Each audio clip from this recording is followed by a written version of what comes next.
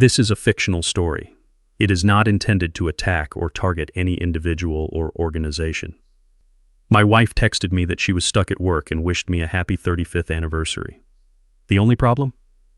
I was sitting in the same restaurant, just 2 tables away, watching her lean over to kiss her assistant. I was about to stand up and confront them, but a stranger grabbed my arm. She whispered, "Stay calm. The best part is just about to start." My name is Harrison Caldwell. I'm 70 years old, and I built Caldwell Logistics from a single, rusted-out truck into a multi-billion-dollar empire. If you're watching this, take a deep breath. I'm going to tell you the story of how the person I trusted most in the world orchestrated a masterclass in betrayal.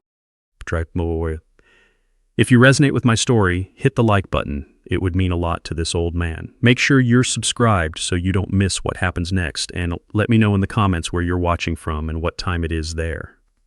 I'd love to see where my audience is coming from.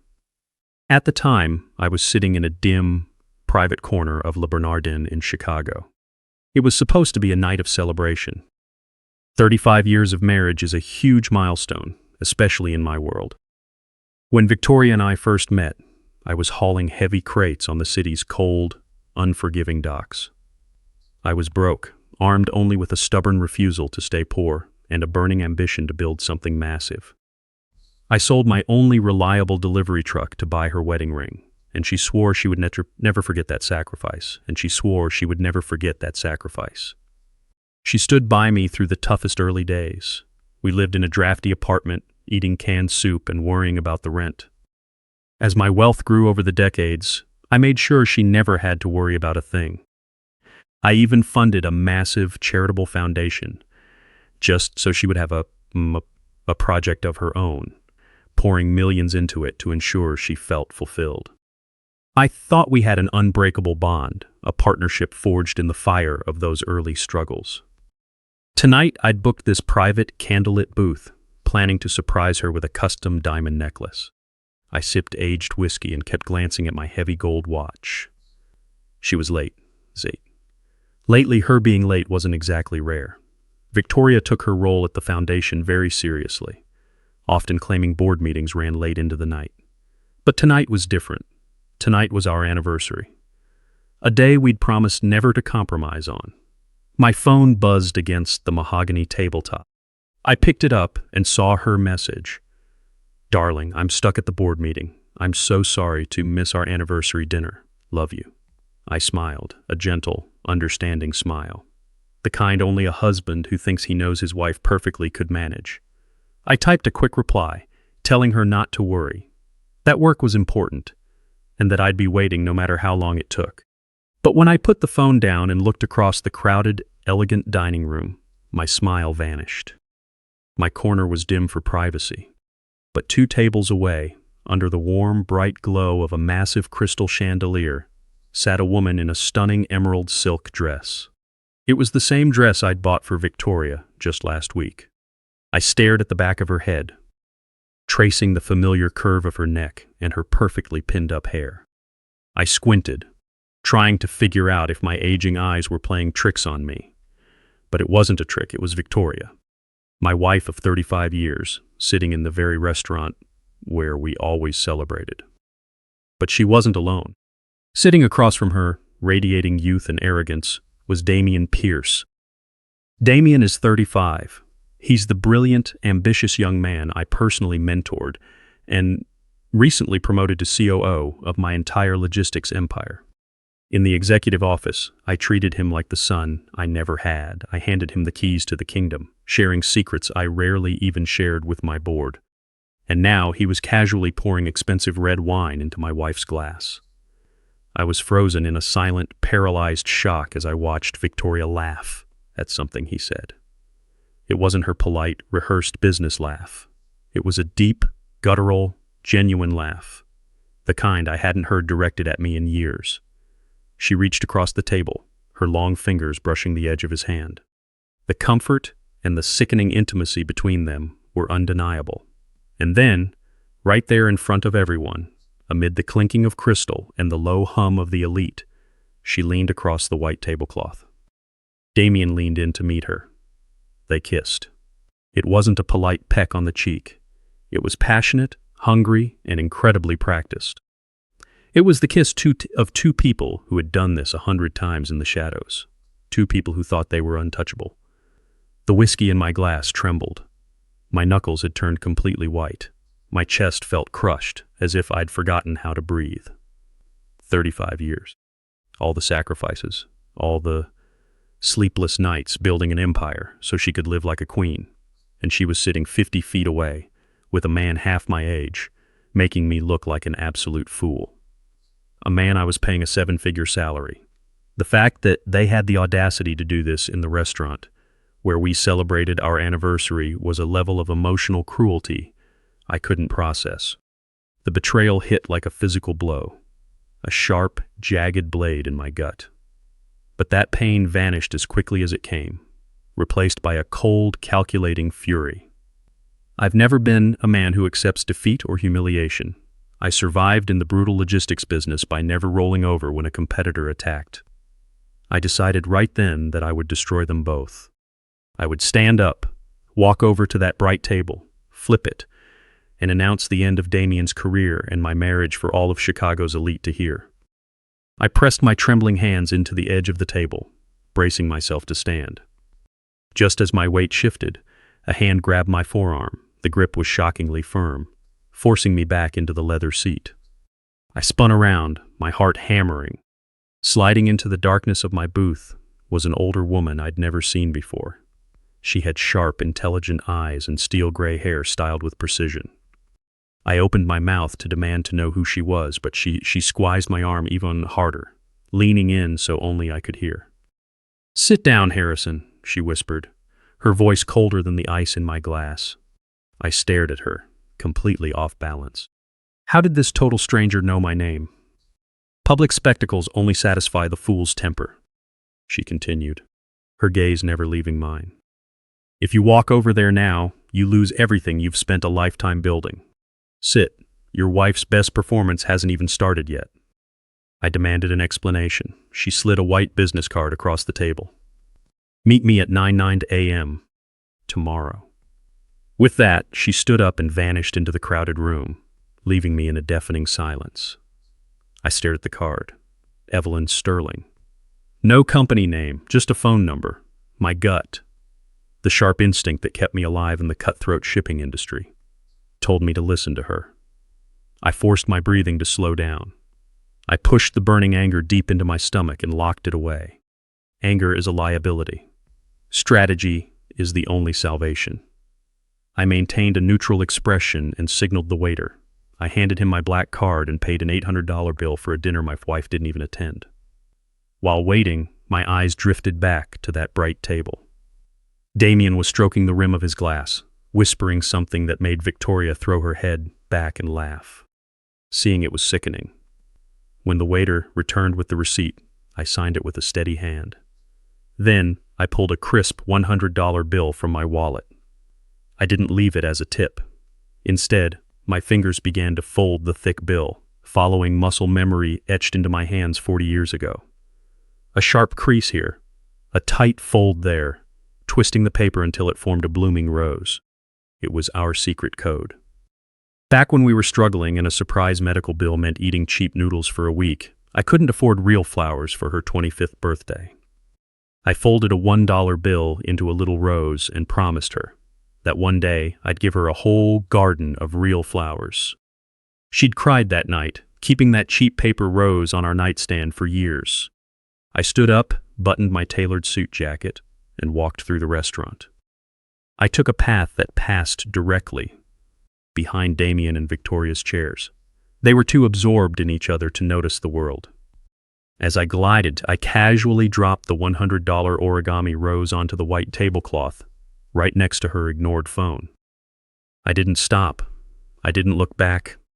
I walked straight out the heavy glass doors into the cold night. The biting Chicago wind hit my face. It was an unforgiving chill, but I welcomed the sting.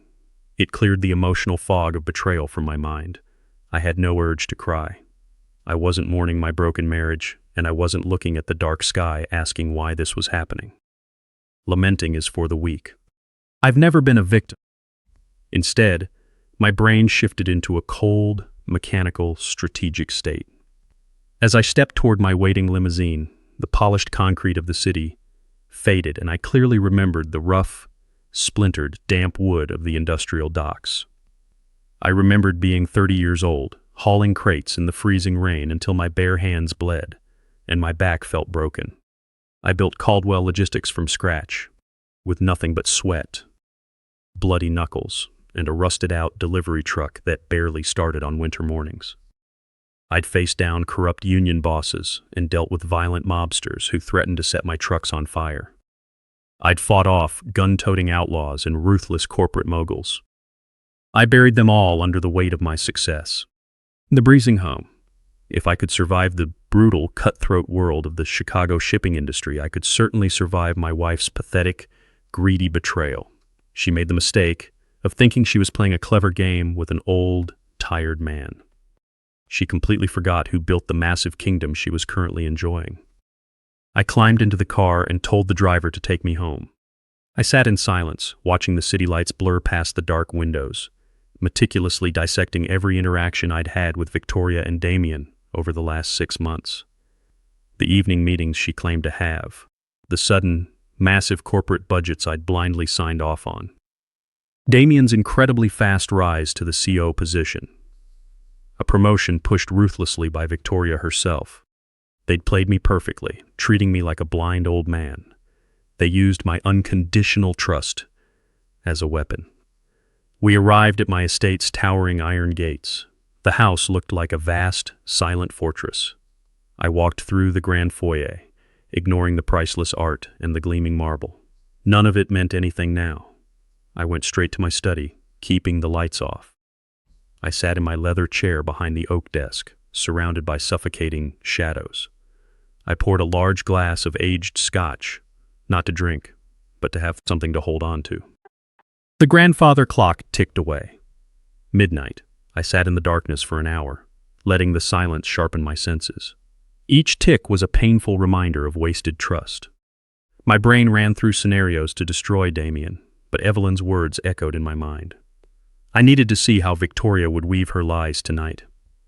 1:00 a.m. the front door clicked. I heard the clacking of her designer heels. She carefully pushed the study door open just a crack. The suffocating scent of expensive cologne and stale red wine drifted in. She held a cheap, crumpled gift bag. I sat motionless, letting the scent wash over me as she stepped inside. She let out a long, dramatic sigh, rubbing her temples as if the weight of the world was on her shoulders. Her performance was masterfully executed. If I hadn't seen her kissing my COO hours earlier, I might have actually believed the look of exhaustion on her perfectly maintained face. She walked toward the desk, her heels sinking into the thick rug. "Harrison, I'm so sorry I missed our special dinner," she whispered, her voice dripping with fake regret. That charity board meeting was a nightmare. A financial audit went late, and we couldn't leave until every budget was approved. You know how seriously I take the foundation work you entrusted to me. I just nodded, keeping my face completely blank. "I know you do, Victoria," I replied calmly. She gave a weary, apologetic smile and placed the crumpled gift bag in the center of my pristine mahogany desk. Rushing back from the meeting made me feel terrible, but I managed to pick this up for you earlier today. Happy 35th anniversary, my love. I leaned forward and peeled back the paper. Inside was a cheap, tacky silk tie, the kind of mass-produced accessory you grab in a discount store during a moment of pure panic. I'm a man who only wears custom London and Italian suits. I haven't worn an off-the-rack tie in over 30 years. Yet, I held it up in the dim light as if she'd just handed me a priceless treasure. "Thank you, Victoria," I said softly.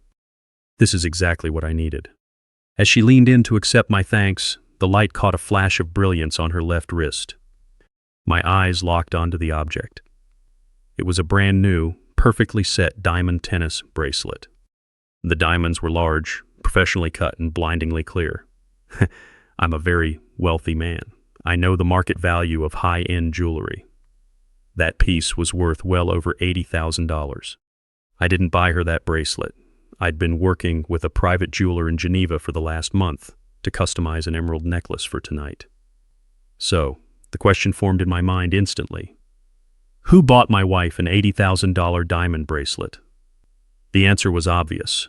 Damian Pierce. But Damian, despite his generous executive salary, didn't have that kind of liquid cash to toss at a mistress. He was a young man with a heavy mortgage and an incredibly lavish lifestyle. Buying that bracelet meant he was dipping into funds that didn't belong to him. He was likely bleeding my company dry right under my nose. I kept my gaze fixed on the cheap tie in my hands, suppressing the burning desire to grab her wrist and demand she account for every diamond. Instead, I carefully folded the cheap tie and put it back into the crumpled bag. I needed to test the exact boundaries of her lies. I needed to see how fast she could spin a web when faced with an unexpected variable. I hope the food at the board meeting was at least edible, I commented casually, leaning back into the shadows. Oh, it was terrible. Cold catering sandwiches and bitter coffee, she complained seamlessly, waving the arm with the diamond bracelet. I would have given anything to be sitting across from you at Le Bernardin, enjoying a real anniversary meal. I let a long, heavy silence stretch between us. The grandfather clock ticked away the agonizing seconds. I stared straight into her eyes, looking for any trace of the woman who once shared a drafty, freezing apartment with me. There was nothing left but a polished shell.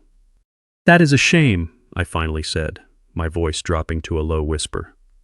Because while I sat at Le Bernardin, waiting for you to finish that exhausting meeting, I happened to leave something very special on the table behind me.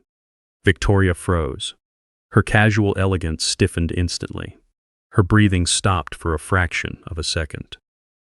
I left a crisp $100 bill, I continued, measuring the impact of every word. But I didn't just leave it flat on the white tablecloth. I folded it, a tight crease here, a sharp fold there. I turned it into a little paper rose. Do you remember those, Victoria? Do you remember the paper roses? I left it next to a phone on a table where a beautiful lady in an emerald green dress was sitting. I was just wondering, by some strange miracle of fate, if you happened to see it. In that terrifying electric moment, absolute panic flickered in Victoria's eyes.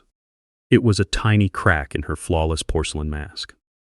Her pupils dilated and her jaw tightened involuntarily. She knew exactly what I was talking about. She knew she'd found the origami rose on the table after Damian kissed her. She knew I'd been there. She knew I'd seen them. But then the truly chilling thing happened. I watched her forcibly suppress the panic. I watched her survival instinct override her shock. She took a deep breath, and that warm, affectionate smile slid right back onto her face. It was a masterclass in sociopathic deception. "Harrison, darling," she said, her voice dripping with genuine-sounding concern. "Are you feeling okay tonight?" I stared at her, waiting for the lie to take shape. "What do you mean?" I asked softly. She walked around the mahogany desk and placed a reassuring, patronizing hand on my shoulder. "You've got your memory all mixed up again, dear," she said, looking at me with pity. "You gave me that $100 bill in the kitchen this morning before you left for the foundation. You told me to buy coffee for the staff. Do you really not remember doing that?" I didn't move a muscle. I hadn't given her any cash this morning. I hadn't even seen her in the kitchen. "You must have dreamed about folding it into a rose while you were sitting in that restaurant alone," she continued, her voice both soothing and incredibly dangerous. "You've become so forgetful lately, Harrison. We really need to get you to a doctor to check your memory." She was actively testing my mental clarity. This was a calculated psychological attack designed to destroy my life. I didn't sleep that night. I sat in the dark study until the sun began to rise over Lake Michigan, turning the sky a pale gray. I knew exactly what Victoria was doing. She was laying the groundwork for a story about severe cognitive decline. If she could prove in court that my brain was failing, she could invoke the medical proxy clause in our estate plan. That would give her direct executive control over Caldwell Logistics and total access to my personal wealth. I refused to let her see that I'd seen through her game. When I finally walked out of the study, I acted a bit disoriented, playing the role she'd written for me perfectly. I rubbed my temples, complained of a mild headache, and asked the staff if they'd seen my reading glasses, which were already in my chest pocket. Victoria watched me with a look of feigned, tender sympathy, but I could see the cold, calculating spark of victory in her eyes. The psychological siege officially began the next morning. I always kept the heavy brass key to my private wall safe in the top right drawer of my mahogany desk. It was a habit I'd kept for over 30 years. When I went to retrieve a confidential document, the key was gone. I methodically checked every drawer, every pocket of my suits, and the floor under the desk. I knew exactly where I'd left it. An hour later, as I was pouring a glass of water in the kitchen, Victoria walked up behind me. She opened the fridge, let out a gasp of dramatic surprise, and pulled my brass safe key from the top shelf, right next to a carton of milk. She handed it to me with a trembling hand, her face full of pity. "Harrison, what on earth was your safe key doing in the refrigerator?" she asked, her voice calibrated with perfect wifely concern. "You must have put it there when you were getting a snack last night."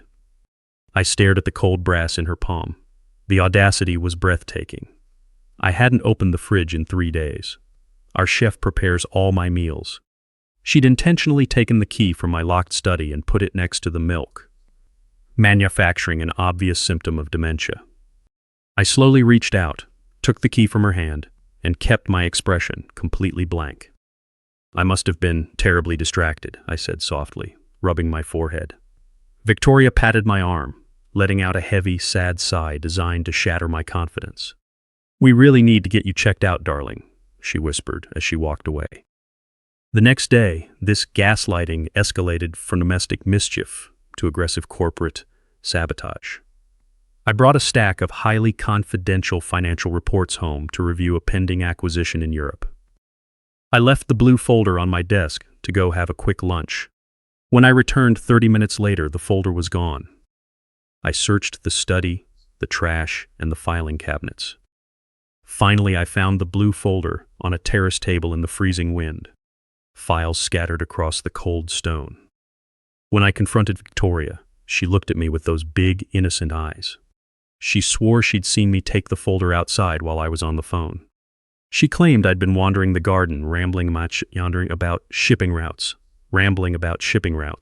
completely oblivious to the cold. It was a perfect, vicious lie. She wasn't just trying to make me believe I was losing my mind. She was orchestrating these events to have our household staff witness my supposed decline. Those staff members would unknowingly become her star witnesses when she eventually applied for legal guardianship. I gathered the scattered files from the terrace, returned to my study, and locked the door. I sat down, letting the reality of her betrayal wash over me. She was trying to destroy my spirit, trying to make me doubt my own reality. But she fundamentally misunderstood the resilience of the man she married. She thought she was destroying a weak, wealthy, aging man. She didn't realize she was waking up a sleeping, extremely dangerous beast. On the third day of her plot, I stood quietly in the dim hallway outside the main living room. I heard low, conspiratorial voices. Victoria was speaking to Maria, our head housekeeper. Of 15 years, Victoria was wiping her eyes with a lace handkerchief, perfectly mimicking a repressed, sobbing breakdown. "It breaks my heart, Maria," Victoria whispered, her voice trembling with fake grief. "His mind is completely slipping. He forgets where he puts the most important documents. He wanders the house aimlessly at night.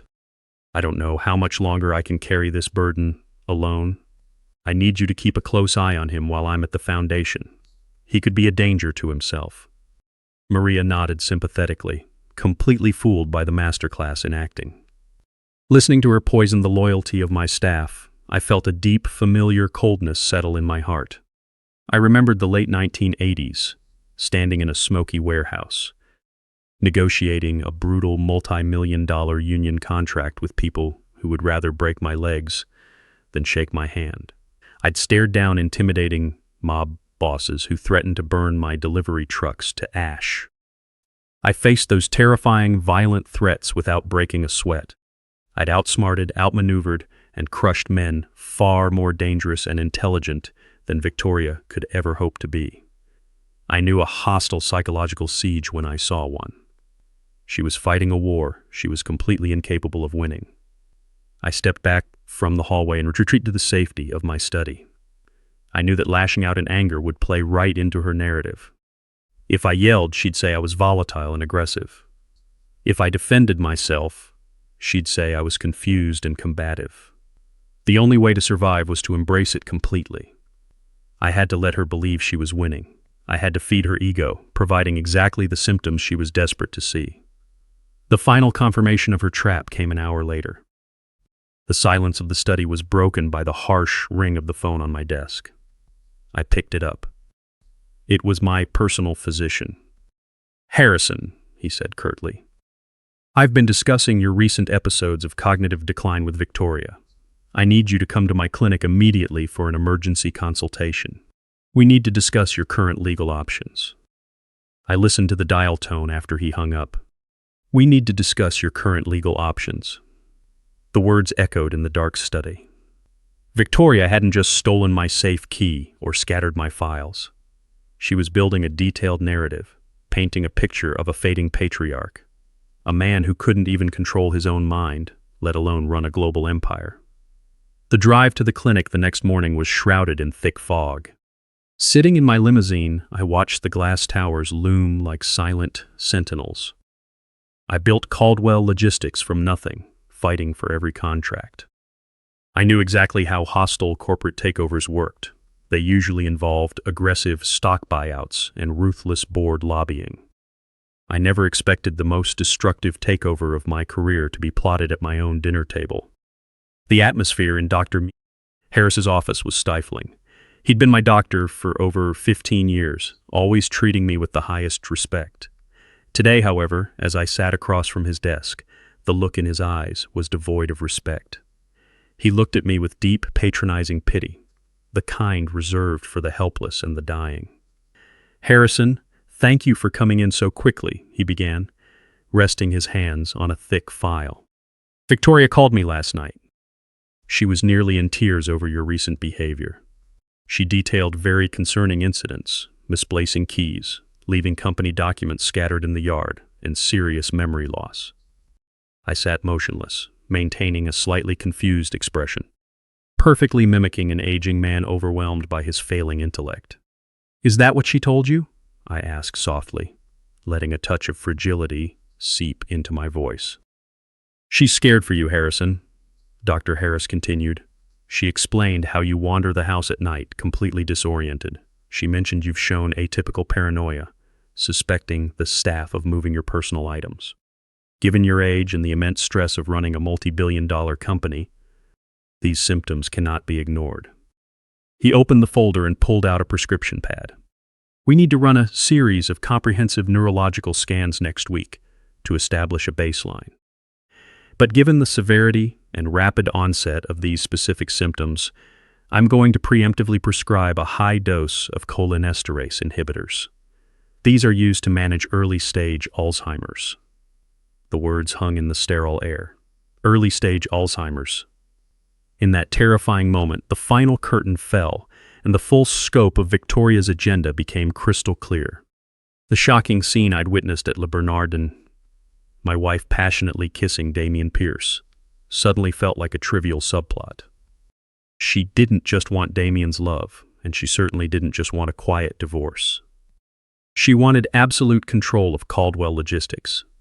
If I contested a divorce, thanks to our airtight prenuptial agreement, she'd only get a fraction of my wealth.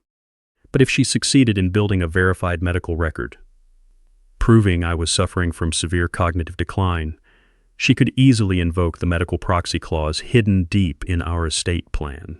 She would immediately gain full executive power.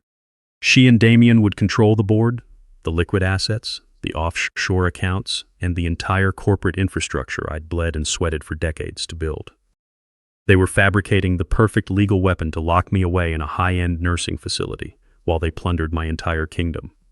A burning tide of pure hatred slammed into my chest, begging to be released. I wanted to grab Dr. Harris by the collar, slam him into his medical degrees, and scream at him for being a blind, foolish pawn in this massive corporate conspiracy. I wanted to demand a full toxicology screening to see if Victoria had been slipping something into my dinner to simulate lethargy. I wanted to burn everything to the ground right then and there. Instead, I did the hardest thing in my 70 years of life. I smiled. It was a weak, trembling, heartbreaking smile. The kind belonging to a man finally surrendering to the devastating reality of his own fading brain. I reached a slightly shaking hand across the desk and carefully took the printed prescription. "Thank you, doctor," I said softly, staring at the paper as if it were a death sentence. "I think Victoria has always been more observant than I am. I'll start taking these immediately. I only hope that if I can no longer lead my company and family, they will be well protected." "You're making the right decision, Harrison," he replied, visibly relieved that I hadn't resisted the diagnosis. "Victoria is a wonderful, devoted woman. You're incredibly lucky to have her looking out for your best interests during this difficult transition." I nodded slowly, carefully folded the prescription, and slid it into the inner pocket of my tailored suit jacket. I stood up, thanked him again, and walked out of the sterile office with the slow, tway-fay gait of a broken man. As I walked through the long, bright corridors of the medical building, I kept my head down, eyes focused on the floor, perfectly playing the role they'd written for me. The moment I pushed through the heavy glass exit doors and stepped into the cold Chicago air, my posture shifted instantly. The pretense of weakness evaporated. My spine straightened into a stiff line of pure, lethal resolve. My mind was no longer clouded by the shock of betrayal. It was completely focused on the mechanics of total, systemic destruction. Victoria and Damien thought they were clever. They thought they were circling a wounded, dying animal. They had no idea they'd just stepped directly into a cage with a monster. I walked to my limousine and climbed in. I didn't give the driver a destination immediately. Instead, I reached into my pocket, bypassed the fake prescription, and pulled out the crisp, white business card I'd received 2 nights ago in the shadows of the restaurant. There was no company logo, no title, just a name and a direct phone number printed in pure black ink. Evelyn Sterling. The stranger who grabbed my arm. The woman who warned me to stay calm because the best part was about to start. She knew exactly what was happening long before I'd even imagined it. She knew Damien, and she obviously knew his ruthless playbook. I dialed the number, listening to the harsh mechanical ringing that echoed in the quiet limousine. The phone connected. No greeting, just the faint sound of city traffic in the background. I watched the towering skyline I'd helped shape through the dark windows. "I'm ready to listen," I said. The voice on the other end didn't hesitate. Evelyn quickly gave me a street address, a run-down, old-fashioned diner in an industrial district on the far south side of the city. She strictly instructed me to leave the limo and driver several blocks away, ensuring I walked the last leg entirely alone to avoid drawing any unwanted attention to our highly confidential meeting. I did exactly as she asked without asking any questions. I stepped out of the warm leather cabin and into the biting, unforgiving Chicago wind. I wrapped my heavy cashmere overcoat around my shoulders and began walking along the cracked concrete sidewalks of a neighborhood I hadn't stepped foot in since my early days of hauling heavy crates. The diner was a decaying relic of a bygone era. A rusted neon sign flickered above the front door, emitting a low, threatening hum. Inside, the stagnant air was thick with the scent of burnt coffee and old frying oil. It was empty except for a tired-looking cook lazily wiping down a grill in the back, and Evelyn. She sat perfectly straight in a faded, torn red vinyl booth at the very back of the room, her body partially hidden in the shadows. She was holding a badly chipped ceramic mug, slowly sipping bitter black coffee. When I slid into the narrow booth directly across from her, she didn't offer a polite greeting or a friendly smile. She just pushed a stained paper menu aside, locking her sharp, evaluative eyes onto mine. "I'm very glad you finally called me, Harrison," she said, her voice remaining absolutely steady and highly controlled. "To be honest, I was worried that Victoria might have already convinced you to voluntarily check yourself into a luxury memory care center before we had a chance to talk tonight." I placed my large hands flat on the sticky tabletop, refusing to avoid her intense gaze. "I have not lost my mind," I replied with cold, absolute certainty. My wife is actively trying to fabricate a medical record to legally declare me incompetent. She is desperate to take the company for herself, and she is working closely with Damian Pierce to make it happen. Evelyn took a slow, deliberate sip of her hot coffee and nodded solemnly. I know she is. You have fundamentally misread the true, terrifying nature of the threat you're facing. You think this is just a greedy, unhappy wife having a tawdry affair with a younger executive. You think they're just trying to bleed your bank accounts dry and orchestrate a hostile takeover of your board. You are dead wrong. I narrowed my eyes at her, feeling a sharp spike of genuine panic. Then tell me exactly what's going on, Evelyn. Who are you? And why are you so interested in my COO? Evelyn leaned in, lowering her voice to ensure the distracted chef couldn't hear a word over the screech of his metal spatula against the grill.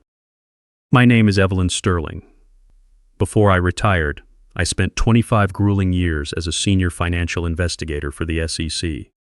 My entire career was built on relentlessly hunting down complex corporate fraud, illicit international wires, and the kind of malicious acquisitions orchestrated by shadow entities. And for the last 5 painful years, I've been hunting Damian Pierce.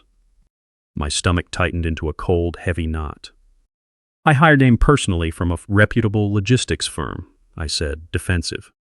His resume was impeccable. He had top-tier, verifiable references from industry leaders. His resume was a meticulously crafted work of fiction, Evelyn countered, her tone devoid of sympathy. Damian Pierce isn't some logistics prodigy. He is a highly trained, utterly ruthless corporate predator. He acts like a virus. He targets wealthy legacy companies run by aging founders. He infiltrates the highest levels, earns their complete trust, and then systematically guts the company from the inside out until there's nothing left but a shell. She reached into her dark leather bag and pulled out a small, worn photograph. She placed it face up on the table between us. It showed a kind-looking man, slightly bald, with eyes that looked exhausted, standing proudly in front of a massive tech campus. That was my husband, Arthur, she said. Her voice dropped to a pained, quiet register that demanded silence. He built a revolutionary data storage company from nothing, just like you built your empire. We were happily married for 30 years. Arthur was brilliant, but as he aged, he wanted to step back. He hired a bright, charismatic young executive to help him transition away from the daily pressure. That charismatic young man was Damian. I stared at the photo, the horrifying similarities forming in my calculating mind. What did Damian do to him? I asked softly. Evelyn took a deep breath, her professional veneer cracking just enough to reveal a raw, unhealed grief. He did exactly what he's doing to you, Harrison. He found Arthur's weakest points and exploited them without mercy. Damian intentionally isolated my husband. He seized control of the internal financial systems under the guise of security upgrades and locked Arthur out of his own servers. Then the psychological warfare began. He moved important items in Arthur's office. He forged complex financial documents to make Arthur believe he was making catastrophic errors. Over time, he convinced the entire board that my husband was suffering from early-onset dementia. My blood turned to ice. The missing safe keys Victoria had arranged, and the mysterious papers left on the patio flashed in my memory like an alarm. The new, forged medical diagnosis currently in my pocket felt like a slab of lead. Arthur tried to fight back, Evelyn continued, angry tears stinging her eyes. But Damian was 3 steps ahead. He manipulated the legal counsel and rewrote the executive power of attorney clauses. By the time I realized what was happening behind those walls, it was too late. Damian executed a perfect hostile takeover, stripping Arthur of his life's work in a single afternoon. That humiliation, combined with the reality of losing his mind and his empire, broke my husband. 5 years ago, Arthur walked into his office, locked the door, and ended his own life. The diner went dead quiet, save for the hum of the fluorescent lights. The buzzing of a broken neon sign outside suddenly felt deafening. I looked at Evelyn, a strong woman who had lost everything she loved to the same monster currently sleeping in my wife's bed. I felt a burning, deep resonance with her. Evelyn, I am deeply sorry for your loss, I whispered. She wiped her eyes, squaring her shoulders with great dignity. I don't want your pity, Harrison. I want justice. The local authorities ruled Arthur's death a suicide caused by mental decline and refused to investigate Damien. He walked away with millions and moved to his next target, which is me. She reached into her bag and produced a small, surprisingly heavy USB drive. She slid it across the sticky tabletop until it stopped near my fingertips. For 2 years, I've been tracking the digital footprints Damien has hidden within your organization, she explained, her tone shifting back to that of a cold, seasoned investigator. This drive contains everything I've found. Damien is doing the same thing to you. He's locking you out of your own life, and your greedy wife is holding the front door open for him. I slowly picked up the drive. It felt heavy with destructive potential. If Damien is a corporate predator, I said slowly, piecing together the puzzle, he isn't just after an executive salary. My company handles millions of tons of international freight. We have hundreds of complex shell accounts for shipping tariffs. Exactly, Evelyn whispered, her eyes flashing. He's not just stealing your wealth, Harrison. Your company is the perfect, untraceable vehicle for money laundering. The magnitude of that realization hit me like a runaway freight train. My entire enterprise, an empire I spent decades keeping pristine and compliant, had been compromised. If Damien was using my shipping accounts to move shadow funds, this wasn't just a simple case of a greedy spouse looking for a payout. This was massive, high-stakes international money laundering. And because I was still the CEO, my name was officially stamped on every fraudulent transaction he made. Damien was actively building a federal criminal case against me while convincing the world I was losing my mind. If I fought back without ironclad proof, I'd end up in federal prison. If I surrendered, I'd be locked in a psychiatric ward, just like Evelyn's husband. I gripped the cold drive, my mind racing. I slid it into my coat pocket and slid out of the booth. I nodded to Evelyn in gratitude and turned away from the flickering neon. The wind whipped against my face as I walked through the dark industrial district. My limo was waiting exactly where I'd told it to be. I instructed the driver to take the long way back to the estate. I needed absolute quiet to map out the sinister battlefield ahead. Damien Pierce thought he held the strategic advantage because he controlled the digital high ground. He assumed my age meant technological ignorance. He'd spent months locking me out of my own finances. But he didn't realize that 15 years ago, the central server architecture was built under my personal supervision. The limo pulled through the gates just past midnight. The massive stone house was shrouded in a suffocating, heavy silence. I walked through the foyer, deliberately avoiding the grand staircase that led to the master suite, where Victoria was undoubtedly sleeping with zero guilt. I entered my study and locked the heavy oak door. I didn't turn on the main lights. I sat in my leather chair, plugged Evelyn's drive into a hidden port beneath the desk, and waited for the decryption software to initialize. As the drive unpacked thousands of buried financial records, I began my own digital infiltration. Damien had erected what he thought were impenetrable firewalls. He had successfully revoked my master credentials. However, I never trusted standard security protocols. 15 years ago, long before Damien was hired, I had secretly hard-coded a supreme management backdoor into the very framework of the central server. It was an invisible, highly classified access point, hidden from any standard audit. My steady fingers danced across the mechanical keyboard, entering a long, complex command sequence that bypassed his expensive firewall entirely. The screen flickered, and suddenly, the beating heart of Caldwell Logistics was laid bare. I ignored the polished quarterly spreadsheets, the mathematical lies designed to soothe the board. I dove straight into the raw, unfiltered transaction logs. I didn't need an accounting degree to understand what I was looking at.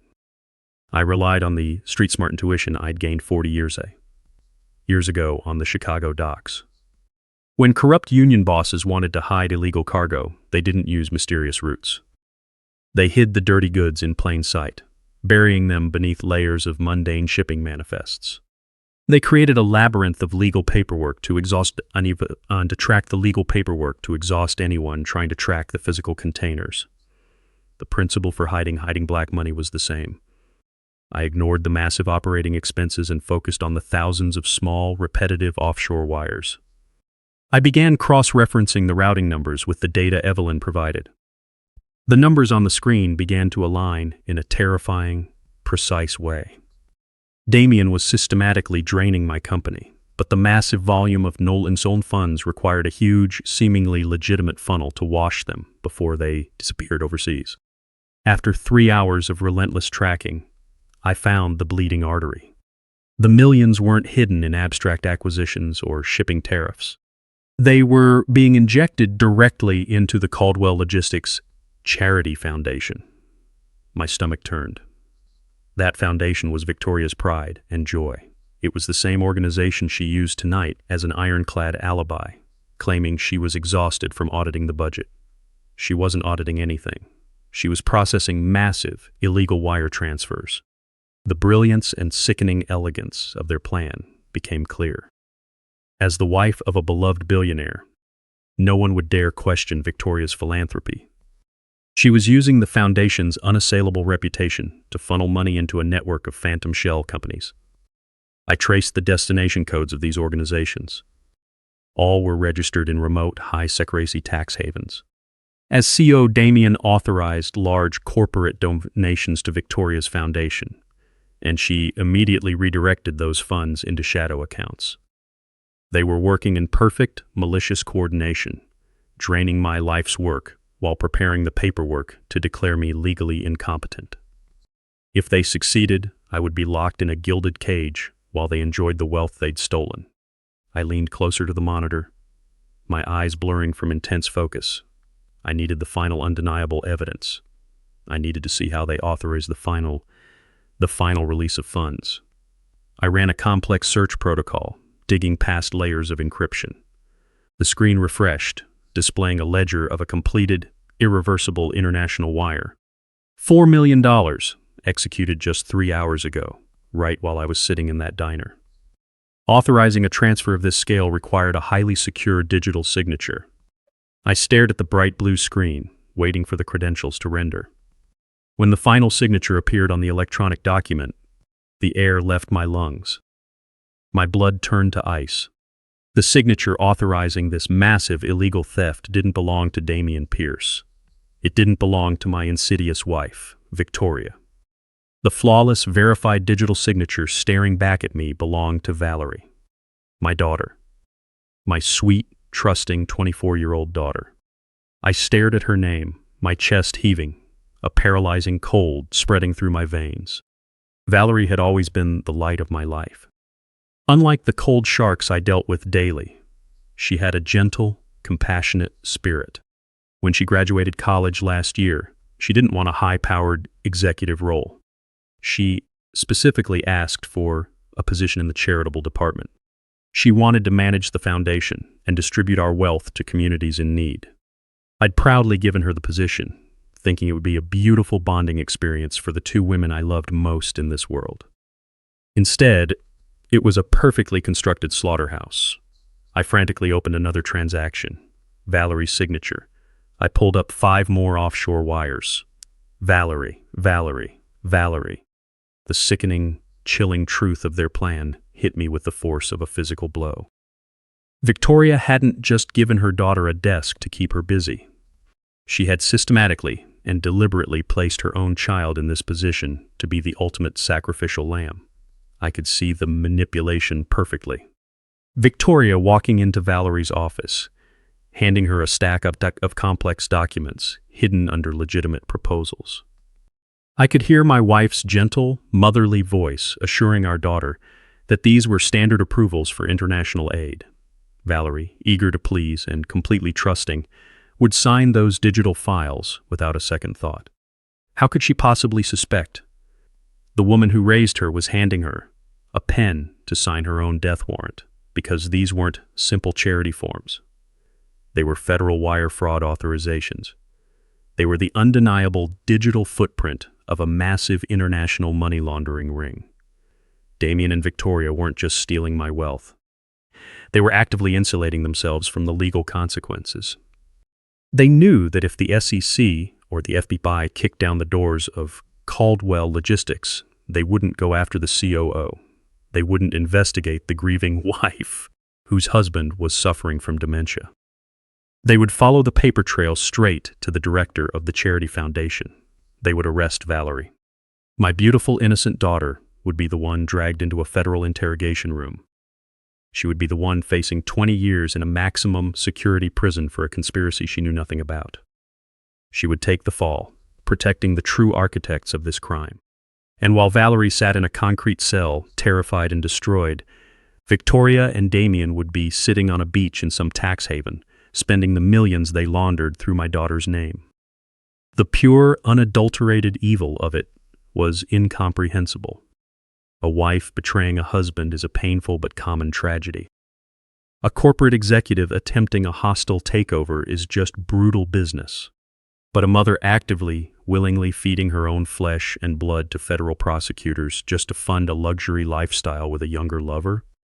That is a profound, demonic depravity. I sat in the heavy silence, staring at the screen until the glowing text burned into my retinas. In those painful minutes, a fundamental shift occurred in my soul. The grief of a shattered marriage evaporated. The bitterness of a wounded ego vanished. The quiet, confused old man Victoria was trying to manufacture was gone. In his place rose a dangerous, fiercely protective father. A man who had spent 40 years crushing desperate outlaws and corporate giants. I'd built an empire from the rough, jagged docks of Chicago. I knew how to bleed a man dry without ever touching him. I knew how to dismantle a life, piece by piece, until nothing was left but ash. Victoria had made a catastrophic, fatal error in calculation. She assumed my love for her would make me weak, hesitant, and endlessly forgiving. She forgot that my love for my daughter would turn me into a monster to anyone who dared threaten her. I reached out and closed the encrypted files. I ejected Evelyn's drive, slid it into my breast pocket next to the forged medical prescription, and stood up. My joints didn't ache. My brain was not clouded by even a shadow of dementia. I felt sharp, focused, and terrifyingly calm. I walked to the antique globe in the corner. I reached behind the wooden base and retrieved my private, untraceable cell phone, a device strictly isolated from the Caldwell Logistics network. I unlocked the screen and pulled up the only new contact. The digital clock read 3:00 a.m. It didn't matter. Time meant nothing when dealing with predators. I pressed the call button. Evelyn Sterling answered on the second ring, her voice crisp and instantly alert, as if she'd been sitting in the dark waiting for this exact moment. "You found the offshore routing numbers," Evelyn stated. Her voice held no trace of surprise. She knew exactly what I was looking for. "I found much more than that," I replied, my voice stripped of all emotion, echoing with a cold, mechanical authority. "Damien Pierce isn't the only monster in this house.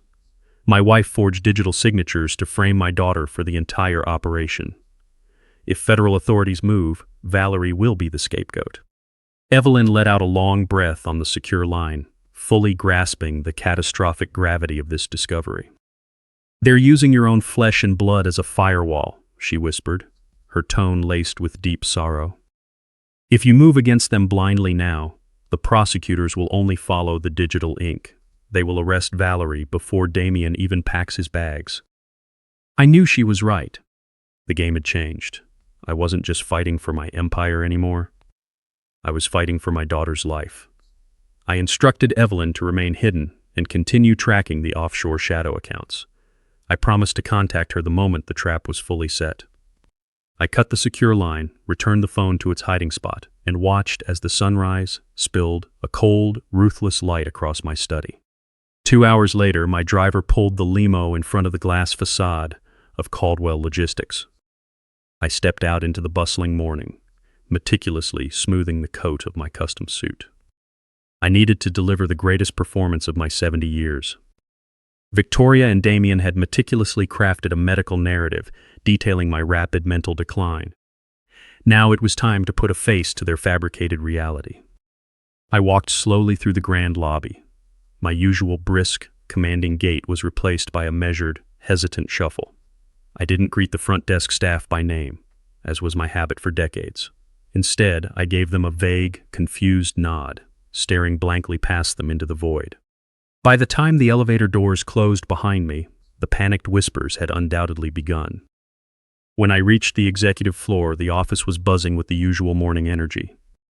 Damian Pierce was standing near the center of the open floor, holding a sleek tablet, issuing commands to a group of junior analysts. He looked arrogant, practically radiating the glow of the stolen wealth he was siphoning from my foundation. I walked toward the group with a perceptible tremor in my aging hands. Damian turned, flashing that perfectly rehearsed, submissive smile he always used to mask his ruthless nature. "Good morning, Harrison," he said fluently. "We're reviewing the complex shipping manifests for the upcoming third quarter." I looked back at him with an empty, distracted gaze. I let a long, painful silence hang over the eager young staff. I blinked several times and rubbed my forehead, as if desperately trying to grasp a fading, distant memory. "Right, shipping manifests," I muttered, my voice stripped of its usual booming authority. "But, forgive me, child, what is your specific function in this department again? Are you the new regional logistics coordinator?" The junior analysts froze. A dead, agonizing silence descended over the office. Damian Pierce was the COO of the entire global company. Just 8 months ago, I had personally promoted him to that position in a massive board meeting. Damian's flawless, dazzling smile froze for less than a second. But then, a deep, incredibly greedy realization settled into his dark, calculating eyes. He truly believed the chemical drugs the doctors had prescribed were working, accelerating my mental decay. "I am the COO, Harrison," he replied softly, using the condescending, gentle tone one would use for a lost child. "I actively oversee all global corporate operations." I let out a weak, embarrassed chuckle and shook my head. "Of course you are. My deepest apologies, Damian. My tired brain is completely fogged this morning. I suppose it's the lack of sleep." To finish the performance, I turned toward my private office. My senior executive assistant, a woman who had efficiently managed my brutal schedule for a decade, hurried over with a black coffee in a delicate porcelain cup. I reached out to take it. As my fingers brushed the smooth ceramic, I deliberately relaxed my grip. The expensive cup slipped from my hand and smashed onto the polished marble floor. Hot, dark coffee splashed onto my Italian leather shoes, soaking the hem of Damian's perfectly tailored trousers. I acted with palpable panic, stepping back, uselessly patting at my ruined suit. "Oh, God!" I stammered loudly, my voice trembling with a perfectly manufactured, overwhelming sense of distress. "I'm so clumsy today. My hands just aren't working. I am so sorry, Damian."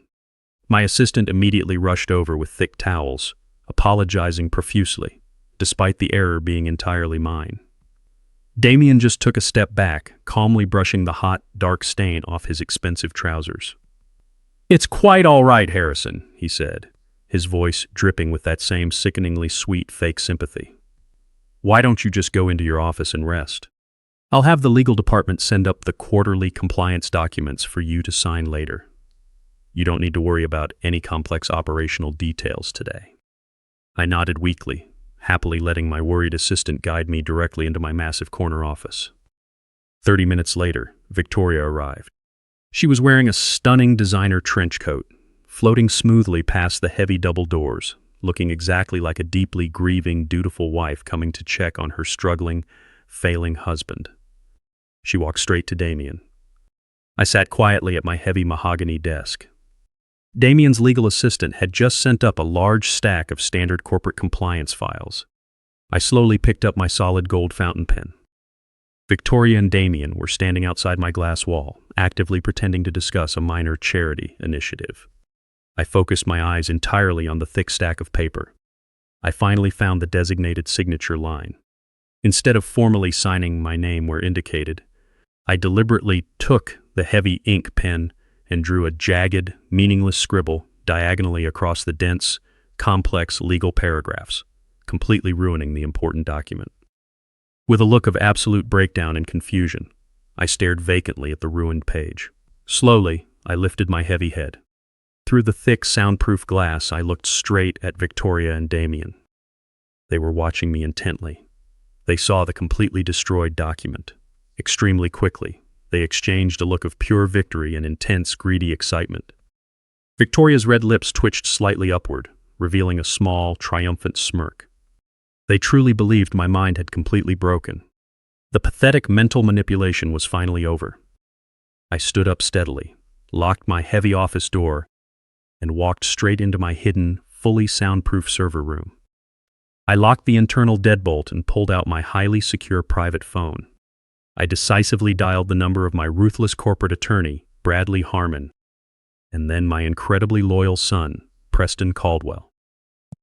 "Get to Chicago immediately," I commanded them in a soft, steady voice. "Come in absolute secret."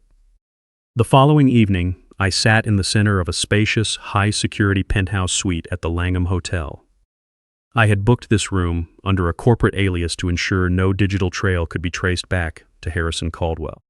The heavy blackout curtains were drawn tight, blocking out the glittering Chicago skyline. The only illumination came from the sharp light of 3 encrypted laptops positioned on the massive mahogany dining table. Bradley Harmon was the first to arrive. For 20 years, Bradley had been my chief external legal counsel. He possessed a mind like a steel trap and a moral compass dominated by absolute loyalty to my family. He never asked questions when I summoned him. He simply appeared with a heavy leather briefcase filled with every foundation, corporate charter, and legal contingency plan we had ever drafted. Shortly after, Evelyn Sterling slipped through the double doors. Her movements held the quiet grace of a had spent a lifetime blending investigator, someone who had spent a lifetime blending into the shadows. She immediately synced her encrypted drive with Bradley's secure terminal, linking the offshore routing numbers she had tracked with the internal server logs I had extracted. Finally, my son, Preston, arrived. He walked into the dimly lit suite, pale and etched with deep exhaustion from a rushed flight from London. Preston was my eldest, a brilliant, steady man who managed our European shipping division with honor and integrity. He possessed the same sharp operational mind as me, but with a much softer heart. He looked around the room, seeing the springs on my attorney's face and that of the strangers frantically typing at the computer. He tossed his travel bag by the door and looked directly at me. I signaled for Preston to sit in the empty chair across from me. I didn't soften the blow. I didn't give him a gentle opening. I laid the entire horrific truth bare on the polished wooden table. I explained Victoria's meticulously orchestrated gaslighting campaign, the forged medical records, and her insidious affair with Damien Pierce. Preston's face darkened with rising, protective anger. But like an excellent executive, he remained silent and listened intently. Then, I had Evelyn project the offshore wire authorizations onto the large screen at the end of the room. I watched my son's eyes scan the complex digital ledgers. I watched his analytical mind register the exact moment the final, verified digital signature appeared at the bottom of the federal documents. He saw his sister's name, Valerie. The color drained from his face instantly. He gripped the edge of the heavy table so hard his knuckles turned white. He understood the catastrophic legal consequences immediately. If federal authorities raided Caldwell Logistics, they would follow the digital ink straight to the charity foundation. They would bypass the executive suite entirely and arrest Valerie for massive international money laundering. Victoria had cold-bloodedly and deliberately placed her own flesh and blood in the position of ultimate sacrificial lamb. She was willing to let her own daughter rot in a federal prison for 20 years, just to ensure she and Damien could enjoy wealthy, luxurious freedom. Preston slammed his chair back against the hardwood floor. "We have to call the police right now," he demanded, his voice shaking with intense desperation and rage. "We have to turn these internal logs over to the FBI and have Damien and Victoria arrested tonight before they process the next transfer. We can prove Valerie is completely innocent." I sat perfectly still, hands flat on the cool tabletop. No, we cannot do that, I replied softly, my voice carrying a heavy, unshakable weight. Bradley looked up from his legal files and nodded solemnly in agreement. If we bring in federal agents now, Valerie's digital signature is the only verifiable evidence on the actual wire transfers, Bradley explained methodically. Damien is extremely clever. He has perfectly isolated his own management credentials. If the government freezes corporate assets tomorrow, Valerie goes to a holding cell, and they will spend 5 years slowly investigating those complex offshore accounts. We cannot take the risk of handing her over to a ruthless federal prosecutor who only wants a quick, high-profile corporate conviction. I stood up, walked slowly around the table, and stood directly in front of my deeply pained son. I pressed my hands firmly onto his shaking shoulders. "Preston," I said, maintaining a steady, firm gaze. "I taught you how to build a company. Tonight, I am teaching you how to destroy an enemy." Preston took a slow, deep breath, forcing his raging emotions back under strict executive control.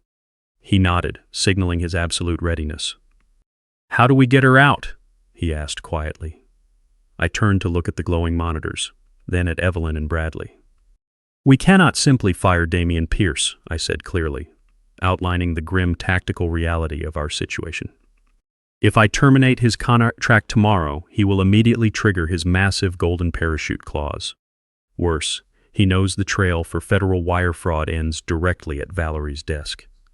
He will use these highly illegal transfers as a devastating legal hammer. If we attempt to go after the stolen company funds, he will threaten to anonymously leak the charity foundation's books to the authorities. He holds too much leverage, and Victoria holds the forged medical authorization. If I make a hostile move, she will immediately file for an emergency injunction, claiming I suffer from severe dementia and erratic behavior. The court will freeze my absolute authority before lunch. Therefore, we must flip the board entirely. We cannot force them out. We must make Damien and Victoria desperately, hopelessly want to leave on their own. We must make them willingly purchase their own absolute destruction. They think they are playing a brilliant game of corporate chess. We are going to change the entire terrain of the board while they are distracted by their blind greed. We need a lure, a massive, irresistible lure that Damien's radar-like intuition simply cannot ignore. Evelyn leaned back in her chair, and a sharp, calculating smile slowly appeared on her lips. "You want to offer him a phantom acquisition," she deduced immediately. "You want to present an extremely lucrative corporate buyout that looks like the highest achievement of his career." "Exactly," I confirmed, my voice hardening into a cold, absolute resolve. "We will fake a massive, highly classified logistics merger in South America, a deal so incredibly profitable that Damien will be desperate to move all the stolen offshore funds to ensure its completion personally. He will think he is laundering black money through a massive, legitimate corporate buyout. But the holding company receiving the funds will be controlled by Bradley. Once Damien wires the stolen funds into our blind trust, we capture the liquid assets." Preston's eyes widened as the sheer brilliance of the trap finally clicked into place.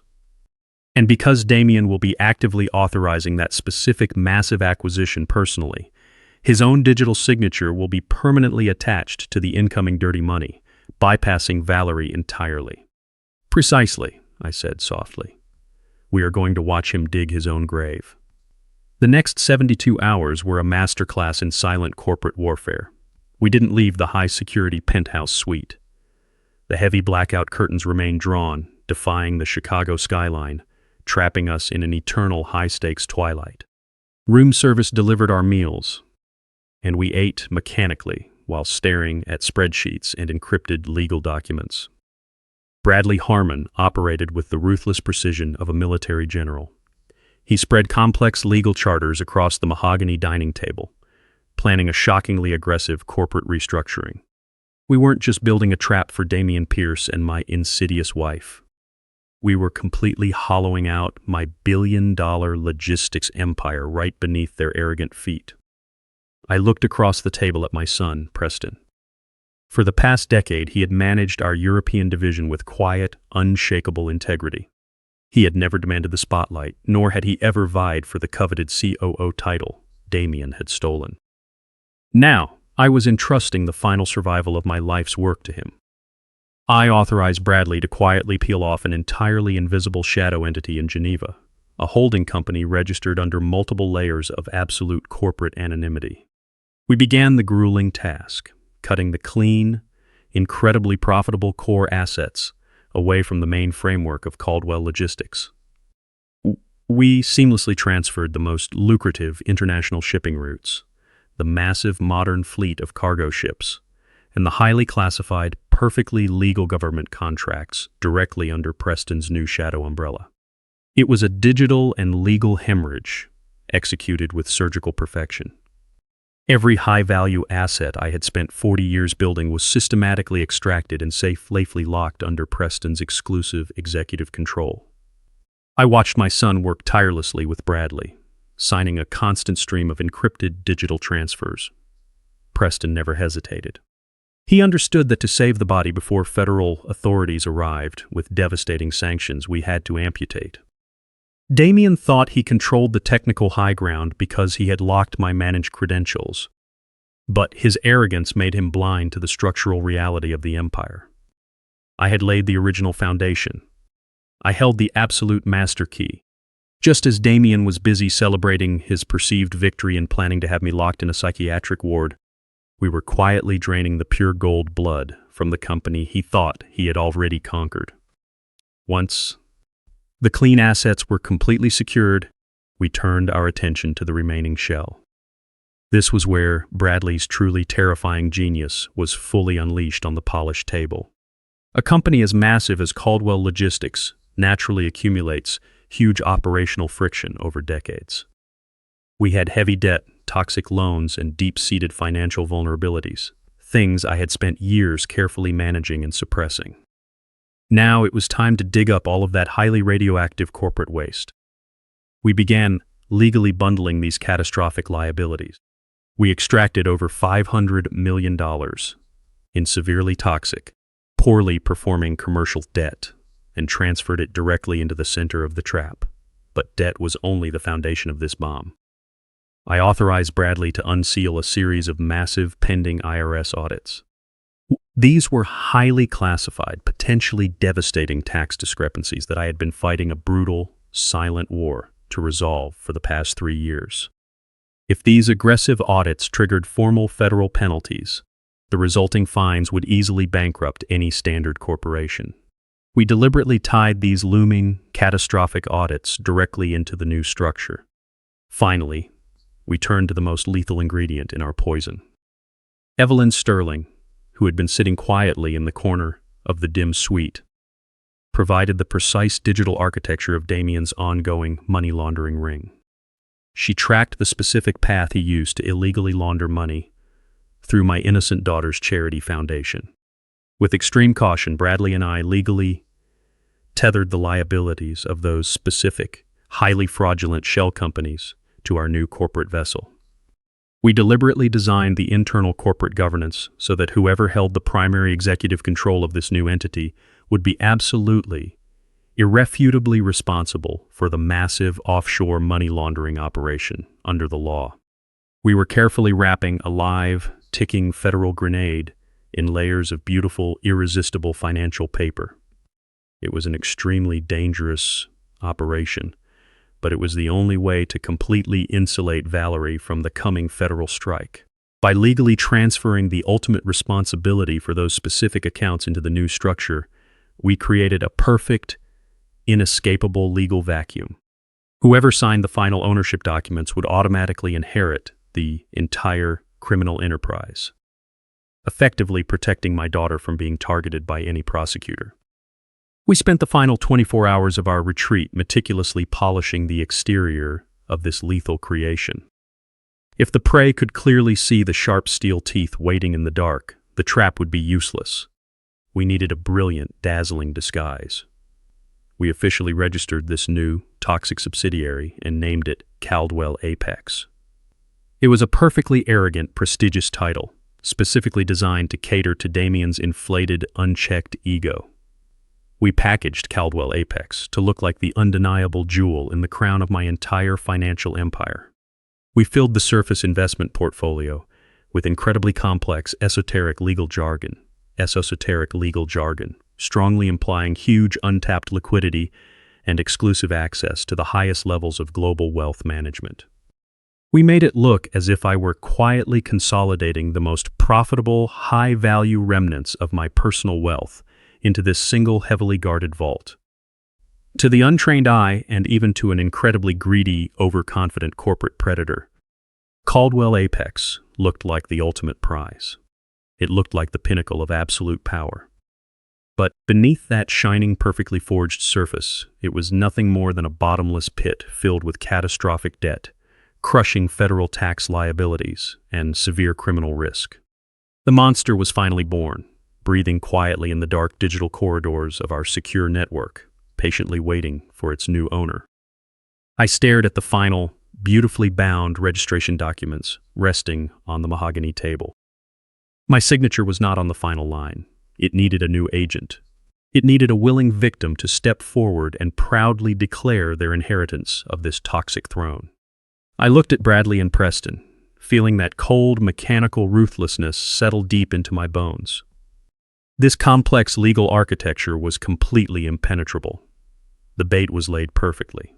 But if they didn't take the bait, the trap was useless. I needed Victoria and Damien to be desperately, intensely hungry for Caldwell Apex. I needed them to believe that seizing this specific entity was the final victory in their twisted game of deception. I stood up from the large table and carefully smoothed the lapels of my custom suit. The agonizing, sleepless time spent in this hidden suite had forged my absolute resolve to the hardness of pure steel. I was ready to return to my massive estate and look directly into the deceitful eyes of the terrifying woman who was actively trying to destroy my daughter. The board was flipped. The heavy pieces were perfectly aligned in the dark, and our massive trap was fully set. I needed Victoria to believe that Caldwell Apex was everything. Just as the first pale rays of dawn began to spread across the dark Chicago skyline, I returned to the massive Caldwell estate. The heavy stone mansion remained wrapped in a deep, quiet slumber. I slipped soundlessly through the grand foyer, sliding into my private study like a ghost haunting my own life. I did not turn on the main overhead lights. I relied only on the soft glow of the brass desk lamp to illuminate this final, lethal snare. From the breast pocket of my custom suit, I retrieved the forged legal document that Bradley Harmon and I had meticulously drafted earlier. It was printed on heavy, high-grade legal paper, indistinguishable from my real corporate records. At the top, written in bold, unmistakable letters, it read, "Draft confidential last will and testament declaration." I placed the document squarely in the center of my heavy mahogany desk. I deliberately tilted the angle slightly, ensuring it looked as if I had been reviewing it late into the night, only to simply forget to lock it in the wall safe. This document was a masterpiece of legal deception. It explicitly detailed the newly formed entity, Caldwell Apex. These carefully worded paragraphs pointed out that Caldwell Apex was the supreme holding company for every profitable asset, international shipping route, and liquid cash reserve in my entire multi-billion-dollar logistics empire. Most importantly, the final clause contained the ultimate lure. It explicitly stated that in the event of my medical incapacitation or death, anyone who legally obtained 15% controlling interest in Caldwell Apex would automatically inherit absolute, unquestionable control over my entire estate. This was the golden ticket that Victoria and Damien had been relentlessly searching for. I picked up my solid gold fountain pen and laid it carelessly across the bottom of the page. It was a silent relic belonging to an old man with a fading memory, no longer able to keep his most dangerous secrets hidden away. Before leaving the quiet study, I reached into my pocket and pulled out a miniature high-definition camera. Evelyn Sterling had provided this professional surveillance equipment, ensuring its signal was fully encrypted, and completely invisible to standard network scans. I carefully embedded the lens into the complex binding of a leather-bound encyclopedia on the bookshelf directly behind the desk. It provided a flawless, unobstructed view of the desktop and the heavy wooden door. I tested the live feed on my secure phone. The clear, high-resolution image confirmed the trap was set perfectly. I slipped out of the study, quietly locked the door behind me, and walked back out into the cold morning air. My loyal driver was waiting patiently in the limo parked behind the tall privacy hedges outside the estate. I climbed into the warm leather interior and instructed him to keep the engine running quietly. When the Vipers finally woke up, I didn't want to be in that massive house. I wanted to watch them from a safe, detached distance. I sat alone in the dim back seat holding the glowing screen of my phone. The house stayed quiet for another 2 hours. I watched the digital timestamp on the surveillance feed jump forward second by second, feeling a strange, hollow calm settle deep into my chest. I had spent 40 years building a life with Victoria, entrusting her with my heart, my home, and my legacy. Now, I was sitting in a parked car, waiting to see her willingly walk into the slaughterhouse she had built herself. At exactly 7 light a.m., the heavy wooden door to my private study was slowly pushed open. I held my breath, eyes locked on the small screen. Victoria walked into the room first. She was wearing a silk robe, her hair perfectly styled, and she was carrying a steaming cup of coffee. Damian Pierce followed closely behind, already dressed in a crisp, sharp business suit, ready to begin another day of dismantling my empire. They carried an arrogant, unhurried confidence, like two people who believed they owned the world. Victoria walked toward my mahogany desk. She stopped, her eyes immediately catching the heavy legal document left exposed in the center of the leather desk pad. I stared at the feed tensely, watching her drop her coffee cup abruptly. She reached out and picked up the forged draft of the will. Even through the small screen of my phone, I could clearly see the sheer predatory hunger lighting up her face. She scanned the dense legal paragraphs eagerly, her eyes darting back and forth across the thick paper. Damian stepped up closely behind her, reading the document over her shoulder. The shift in his posture was instant and terrifying. The smooth, polished corporate executive vanished, entirely replaced by a ruthless, hungry scavenger. He pointed with a long, steady finger at the final clause, the specific paragraph detailing Caldwell Apex's absolute control. I watched his lips move as he silently read the forged terms to Victoria. A huge, triumphant smile spread across her beautiful face. She looked up at Damian, her eyes flashing with a greedy, victorious light that made my stomach churn. She believed they had finally found the master key to the kingdom. She believed this confused, failing old man had, in a moment of carelessness, handed them the entire multi-billion-dollar fortune on a silver platter. She immediately pulled her personal smartphone from the pocket of her robe. Her fingers moved rapidly, taking pictures of every page of this toxic document, capturing this lethal lie with a desperate, frantic passion. When she finished photographing the final page, she carefully placed the document back on the desk, meticulously positioning it to look exactly as I had left it. She turned to face Damian. He wrapped his arms around her waist, pulling her tightly against his chest. Right there, standing by my desk, standing over the false testament of my life, they kissed passionately. It was a profound and sickening celebration of their ultimate betrayal. They kissed like two conquerors, standing on the ashes of a fallen kingdom, completely unaware that the lethal trap was snapping shut around their throats. I watched their vicious celebratory embrace for a long time before firmly pressing the power button to let the screen go completely black. I rested my heavy head against the cool leather seat and closed my eyes. The last shred of doubt, the final remnant of love for the woman I had once married, evaporated entirely in the cold morning air. They had swallowed the bait with absolute blind greed. They looked at the poisoned apple and saw only gold. They believed Caldwell Apex was the supreme holding company, granting them absolute legal immunity and infinite wealth. They had no idea it was a high-radiation wasteland, loaded with $500 million in toxic corporate debt, crushing federal tax liabilities, and the undeniable digital evidence of their own massive international money laundering ring. Tomorrow is my 70th birthday. A major board meeting is scheduled. Victoria and Damien will attempt a hostile takeover, demanding that I hand over control of Caldwell Apex to them. They will demand the poison, and I will gladly give it to them. The morning of my 70th birthday, a dull, heavy gray sky hangs over Chicago. Waking up, I don't feel the calm, reflective serenity that often comes with reaching such a significant milestone. I wake up with the cold, absolute clarity of an executioner. I meticulously dress in my darkest, most rigorous custom suit, and my hands do not shake even a fraction as I tie my silk necktie. I place Evelyn Sterling's encrypted drive in my inner pocket, feeling the heavy metal weight of it against my chest, like a suit of armor. When my driver pulls the limo up outside the towering glass and steel building of Caldwell Logistics, I don't shuffle my feet, I don't hesitate. I walk through the grand lobby with the same majestic, commanding stride I had when I built this empire.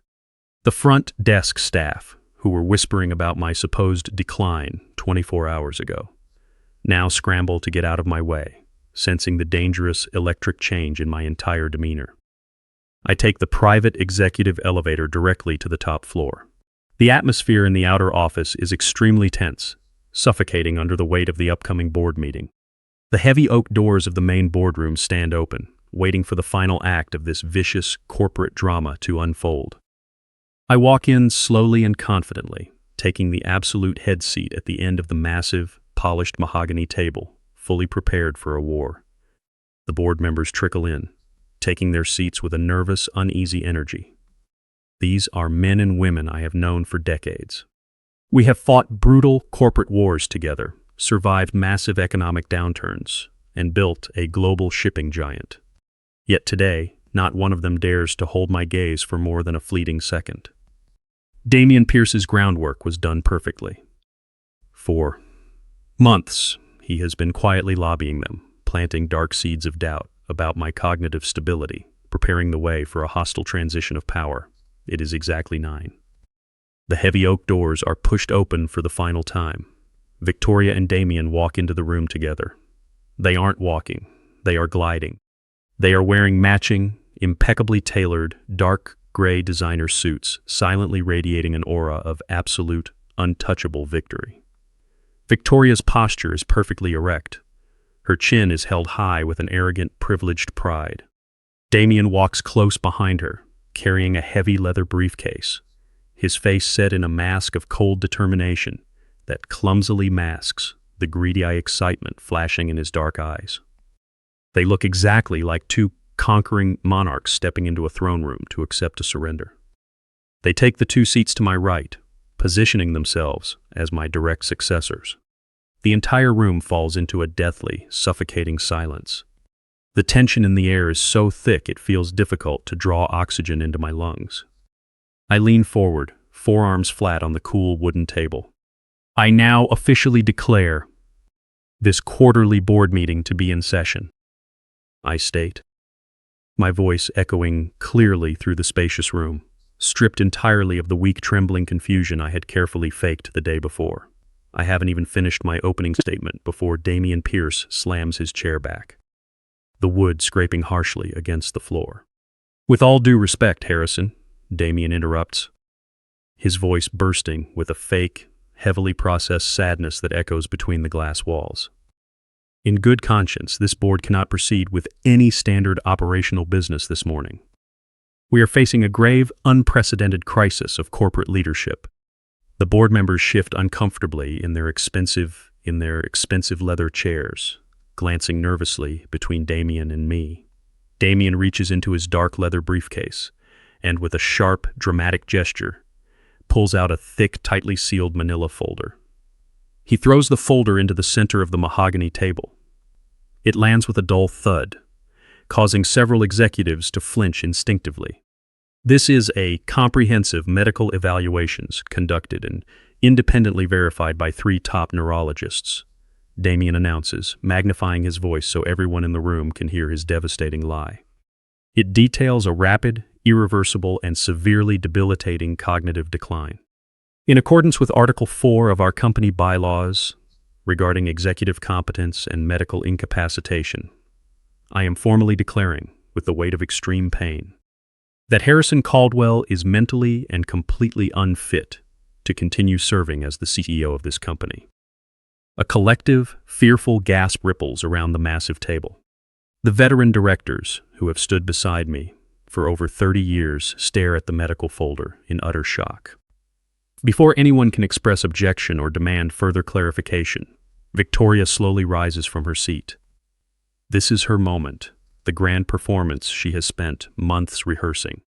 She lifts a slender, perfectly manicured hand to cover her face, and a perfectly controlled tear slips from her eye, slowly trailing down her cheek. She looks around the long table, meeting the gaze of every board member with a look of incredibly deep, agonizing heartbreak. "I beg you, please try to understand how difficult this is for me," Victoria whispers, her voice breaking with exquisite, flawless emotional precision. "I love my husband more than anything in this world. For the past 6 months, I have watched the brilliant man I married slowly slip into chaos and shadows. I tried to hide his mistakes, I tried to protect his dignity, but I can no longer allow his failing mind to jeopardize the livelihoods of the thousands of employees who depend on this company." She pauses, wiping away the fake tear with a silk handkerchief. "I am doing this to protect my husband's legacy from his own decaying mind." She turns her gaze directly toward Damien and nods slightly. Damien leans hard into the table, pressing his strategic advantage. "To immediately preserve Caldwell logistics and ensure global market stability, my team has prepared emergency transition documents," Damien says fluently. "These documents will immediately transfer all administrative power of attorney, including absolute, unhindered operational control of the newly discovered highly centralized holding entity, named Caldwell Apex, directly to Victoria and me." I watch as greedy anticipation vibrates through his jaw muscles. He truly wants Caldwell Apex. He is desperately craving that incredibly lethal poison. Damien gives a slow, incredibly vicious smirk, looking down at me as if I were already buried in the dirt. He lifts a hand and gives a crisp, clear signal to the 2 burly corporate security guards standing by the large double doors. "Escort Mr. Caldwell out of the building," Damien commands coldly. "Escort him downstairs to his waiting car so he can go home and rest quietly and peacefully." The 2 incredibly burly security guards immediately step forward, moving quickly toward the end of the heavy table to physically remove me from the room I spent 40 years building from the ground up. I do not flinch, nor do I look away. I do not utter a single word of protest. I simply sit quietly, my hands perfectly still, on the polished mahogany, waiting calmly for them to finally reach me and make their fatal mistake. The 2 massive guards close the distance between the large double doors and my heavy mahogany chair. I feel the heavy vibration of their tactical boots on the polished hardwood floor, which sounds like the steady drumbeat of my impending, highly public execution. They reach me, extending massive hands, preparing to grab my shoulders and forcibly drag me out of this room. I do not resist their oppressive presence. I simply look up at Damien Pierce. The pure, unadulterated arrogance radiating from his sharp features is intoxicating to watch. He lifts a perfectly manicured hand, firmly signaling the strong guards to pause their actions. He wants to savor this specific moment. He wants to completely humiliate me in front of the entire company board before he tosses me into the cold street like garbage. "Wait," Damien commands, his voice dripping with vicious, mocking sweetness, echoing between the thick glass walls of the silent boardroom. "Let this confused old man stay for 1 more minute. I want him to fully understand what his magnificent empire has finally evolved into today." He turns his attention to the massive digital display screen mounted on the wall at the far end of the boardroom. He takes a small, sleek remote from the pocket of his designer suit and presses a button on it with a dramatic flourish. The massive screen lights up, instantly illuminating the dim, incredibly tense room with incredibly sharp, blinding white light. A heavily redacted, incredibly complex legal document appears on the high-definition display screen. It is a formal statement of corporate ownership, bearing the formal, irrefutable seal of our international partner bank. The older directors sitting around the table lean forward collectively, eyes squinting in the bright light, frantically trying to decipher the dense, complex legal phrasing projected before them. Damien begins to pace slowly at the head of the long table, controlling the fear-filled room with the trained, frightening composure of an experienced predator who has just successfully cornered an injured prey.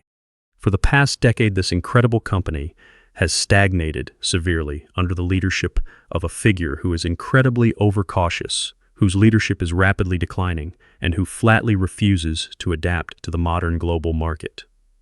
Damien declares, his voice echoing with absolute, unchecked authority. He points a sharp, accusing finger straight at the glowing screen. But today, we officially turn the page toward a brighter, infinitely more profitable future. I am incredibly proud to announce that, as of 8 a.m. sharp this morning, Victoria and I have successfully executed a massive, completely hostile takeover, buying out the core structural foundation of this entire logistics group. A loud, collective chorus of deep, undisguised shock ripples through the board members in attendance. Damien raises his voice effortlessly, silencing them instantly with a single sharp glare. He slides to the next page of the digital presentation, displaying a perfectly forged, legally binding deed of sale, which makes my heart jump with anticipation. Using our own private, entirely independent wealth, Victoria and I have officially acquired 51% absolute controlling interest in Caldwell Apex.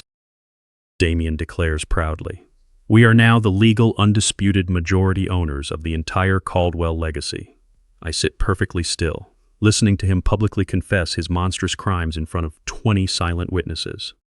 Exactly. I know exactly where that private independent wealth came from. He ruthlessly drained my charity foundation, used my daughter's digital signature to launder millions of dollars, fully believing he had fooled the entire federal government. He couldn't wait to take those toxic, highly illegal funds and wire them directly into the trap Bradley Harmon meticulously constructed in Geneva. Damien truly believes he has just legally purchased the jewel in the crown of my financial empire. He has no idea he has just officially purchased $500 million in toxic corporate debt, crushing federal tax liabilities, and the undeniable digital proof of his own massive international money laundering ring. The massive boardroom immediately erupts into absolute, total chaos. Several senior directors jump excitedly from their expensive leather chairs, frantically demanding immediate legal clarification and slamming trembling hands down onto the polished mahogany table. They are completely terrified, realizing that the entire power dynamic of their wealthy, secure lives has just been violently overturned without any prior warning. The room degenerates into a chorus of deafening, panicked voices and desperate shouting. Through the sheer, terrifying noise, I look across the long table calmly at my insidious wife. Victoria sits there, happily bathing in the glorious, chaotic noise, a smug, incredibly satisfied smile on her red lips. She slowly reaches out across the table, gently placing her slender hand over his, fingers interlaced, so that the entire shocked room can see clearly. It is a blatant, sickening public display of their incredibly insidious, highly illegal alliance. She looks straight into my eyes soothes, her expression radiating a cold, triumphant cruelty that confirms every dark suspicion I had ever held about her true, malicious nature. I watch her enjoy the pleasure of destroying my legacy. I watch her bathe in the stolen glory. She feels completely untouchable, fully protected by the millions in stolen dollars she successfully laundered through the charity foundation. She truly believes she has finally escaped my shadow. Damien lets the fearful, deafening shouting continue for a painful few minutes, enjoying the absolute panic he has successfully orchestrated. Then, he slams his heavy fist onto the heavy table. The sharp, explosive thud instantly silences the panicked executives, forcing them to collapse back into their seats in fearful submission. The deal is fully closed and absolutely irreversible. Damien roars, his black eyes flashing with absolute unchecked power. The legal documents have been formally filed, fully certified, and formally recorded by the European federal banking authorities. I now hold the supreme administrative power of attorney. You all answer only to me now. He turns his arrogant attention back to where I am sitting, his lips curling into a vicious, incredibly satisfied smirk, exposing his pure, unadulterated greed. And my first official action as the absolute majority owner of this global company is to permanently clear away the rotting waste in this executive office. He looks directly at the two burly security guards still lingering closely behind my chair, waiting for his final order. "Get this pathetic, broken old man out of my sight immediately," Damien commands coldly. "Escort him out of my building." The guards step forward again, heavy hands grabbing my suit. I do not struggle. I simply take a deep breath of the tense, suffocating air in the boardroom. I gently shake my head, signaling the masked guards to pause for 1 second. I lift my hands and slowly remove my glasses. I place them gently on the polished wooden table. I look straight at Victoria, my voice deathly silent. "You bought 51% of Apex. Are you absolutely certain the ink is dry?" Victoria sneers. "It's dry. You're finished, Harrison." As her toxic words hang in the stagnant air of the boardroom, I don't even blink. I exhale a low, steady breath. I lift my hands slowly from the polished mahogany table. Then I bring my palms together. I clap my hands twice. The sound was sharp, incredibly loud, and entirely out of place in the tense, suffocating silence of the room. It was a decisive, fatal command. The heavy oak doors at the far end of the boardroom were pushed wide open with a violent, unified force, instantly shattering Damian Pierce's fragile illusion of control. My chief legal counsel, Bradley Harmon, strode into the room first, his face taut like unyielding stone. Walking closely beside him was my eldest son, Preston, his posture radiating a quiet, unshakable dignity. Following immediately behind, moving with terrifying tactical precision, was a squad of 6 heavily armed agents from the FBI's Financial Crimes Division. Their hands were instinctively hovering over their belts, and their gazes swept the room with absolute authority. The room was instantly paralyzed in shock. The senior directors who had been shouting just moments ago were frozen in their leather chairs, jaws dropped in disbelief. The 2 burly security guards ordered to remove me took one look at the advancing federal team and immediately retreated to the glass wall in total surrender, raising their empty hands. I finally stood up. I slid my glasses back onto my face, bringing the panicked, bloodless expressions of my insidious wife and her ambitious lover into sharp focus. I reached into the breast pocket of my custom suit jacket and withdrew a thick, securely folded document. It was the true, completely unfiltered financial ledger of the newly formed holding company. I threw it across the long table without effort. It slid across the polished wood and stopped right in front of Damien's trembling hands. "Congratulations, Damien," I said, my voice echoing with cold, destructive authority. "Congratulations, Victoria. You just spent $50 million of stolen offshore funds to successfully purchase absolute majority ownership of Caldwell Apex. You two fought so hard for this jewel in the crown of my empire, but you forgot to look at what was actually inside the velvet box." Damien stared at the true ledger, his black eyes widening in pure horror as his fast brain finally began to process the catastrophic numbers printed on the page. "Caldwell Apex is not a holding company for my liquid assets," I continued, my tone dropping to a deadly quiet register that forced everyone in the room to lean in. "Caldwell Apex is a corporate trash bin. It is a highly toxic, radioactive vault designed specifically for you. You just bought yourselves a full $500 million in severely underperforming, extremely toxic commercial debt. You bought massive, looming federal tax audits that will bankrupt you in an instant. Most importantly, you bought exclusive legal liability for a massive international money laundering ring that is currently under active, fierce investigation by the FBI for massive wire fraud."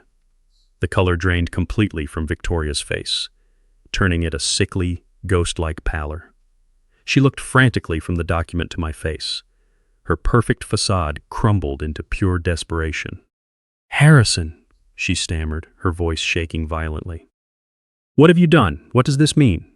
"We own the company. We bought the assets." Bradley Harmon stepped forward and placed his heavy leather briefcase on the table next to the two stunned guards. He looked at Victoria with absolute, unrestrained professional disgust. "It means you bought poison, Victoria," Bradley explained methodically, his voice carrying the finality of a judge passing a death sentence. "This morning, by signing these legally binding acquisition documents, you and Damien explicitly utilized funds stolen from your daughter's charity foundation. You thought you were cleverly laundering that dirty money into legitimate corporate equity. Instead, you legally assumed all primary criminal and financial responsibility for every fraudulent shell company in the entire criminal enterprise. You cut the legal rope connecting those illegal offshore transfers, and Valerie, you placed the federal noose around your own greedy necks with your own hands. You just bought your own federal prison sentences." Preston walked to my side, his steady presence acting like a comforting anchor in the center of the storm. He looked at Damien, who was now visibly hyperventilating, his chest heaving under his custom designer suit. "You thought my father was a confused old man," Preston said, his voice stirring with absolute intense loyalty. "You thought you could blind him with forged medical diagnoses and steal his legacy. But he built this empire from scratch. He knows every shadow in this building. You never stood a chance." The overwhelming reality of absolute destruction finally hit Damien Pierce with full force. His arrogant posture collapsed entirely. He looked at the federal agents fanned out across the room. He looked at the thick stack of financial evidence proving his direct, irrefutable guilt. Predatory instincts took over as he was backed into a corner. Damien slammed his heavy leather chair back, sending it crashing to the floor. He spun around, desperate to bolt for the side exit. He didn't make it 3 steps. The lead federal agent moved with startling speed, intercepting Damien before he could even reach the brass handle. The agent grabbed Damien by the shoulders of his expensive suit and slammed him face first into the thick glass wall of the boardroom. The heavy thud shook the entire room. Damien groaned in pain as his body slid down the glass. And the agent quickly twisted his arms behind his back. The sharp, metallic click of cold steel handcuffs echoed loudly in the silent room. "You are under federal arrest for massive corporate fraud, international money laundering, and conspiracy," the agent stated, his voice a flat, uncompromising bark. Victoria watched as her young, ruthless lover was forced against the glass.